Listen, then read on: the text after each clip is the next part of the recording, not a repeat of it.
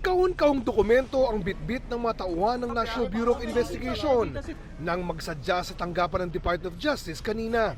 Ito raw ay kaugnay ng mga kasong inirekomenda nilang maisampa laban kay dating Banban Mayor Alice Guo at operasyon ng iligal na pogo. Una, ang kasong falsification of public documents laban kay Guo kaugnay sa kanyang pagbili ng 3 lupain. They acquired properties doon sa Suwal, Pangasinan. In the acquisition of these properties, sinabi ni Alice Guo na siya ay si Alice Guo at that she is a Filipino citizen.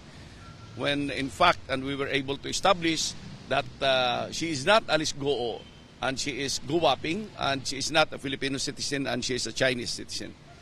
On the 3 deeds of sale.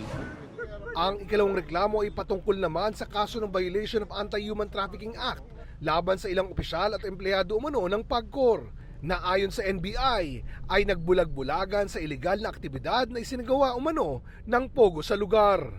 The PAGCOR employees allowed, as a matter of fact, sila ang dapat mag-monitor ng day-to-day operations ng pogo at that time, but they allowed the operations of scamming activities at the back end of the pogo operations. Malaki ang paniwala ng NBI na kinabang umano ang mga ito sa iligal na operasyon. Nakipag-coordinate raw ang NBI sa Civil Service Commission para sa mga kasong administratibo laban sa mga nasabing tauhan ng PAGCOR. Samantala, patuloy namin kinukuha ang panig ng kampo ni Guo.